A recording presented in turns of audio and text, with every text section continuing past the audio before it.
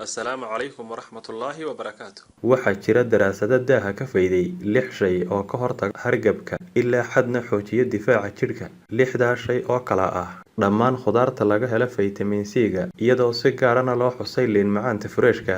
Khalka laga sameeyo tufaaxa ayaa isaguna ka mid ah 6dan shay, isagoo khalka tufaaxu dawo cajiib u ah igfashanka iyo dhammaan xanuunada ku dhaca dhuunta. Toonta ayaa iyaduna ka mid ah, iyadoo lagula taliyay dadka in jeex aad u yar oo toona ay si joogta ah ugu darsadaan cuntooyinkooda. Basasha ayaa iyaduna ka mid ah, inkastoo basashu dawo ahaan ay soo shabahdo toonta, haddana waxaa jira xogo caafimaad oo ay gaar la tahay basashu. Malab shineedka la yidhaahdo manuka ee laga keenay New Zealand ayaa isagana lagu sheegay mid mucjiso ah. Qarfaha, gaar ahaan qarfaha laga keena Sri Lanka, ayaa isagana lagu sheegay mid cajiib ku ah ka hortagitaanka xanuuno badan. تؤمل أنك يوما تتوب وتشكو الذنوب وأنت الذنوب وفي كل يوم تبوء بذنب وعيب يضاف لباقي العيوب.